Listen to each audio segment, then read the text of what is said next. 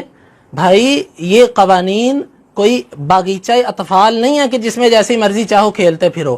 اس لیے یہ قرآن پڑھنے والی آیت ہے کہ قرآن پڑھو تو استماع اور انصات اختیار کرو، اس کا خطبے کا یہاں پر کوئی ذکر نہیں ہے۔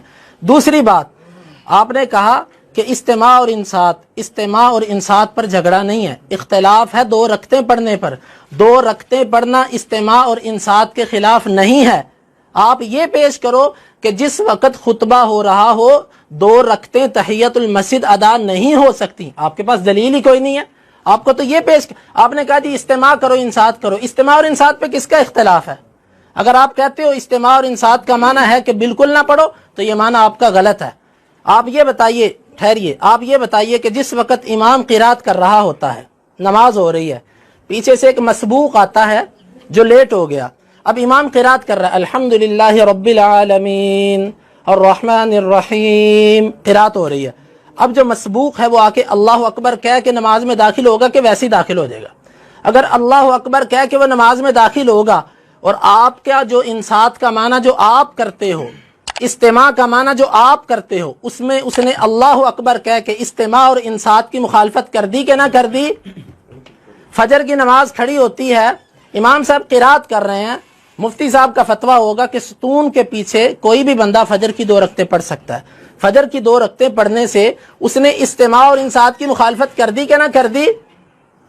اور سنو حدیث کے اندر کیا معنی ہے اس کا؟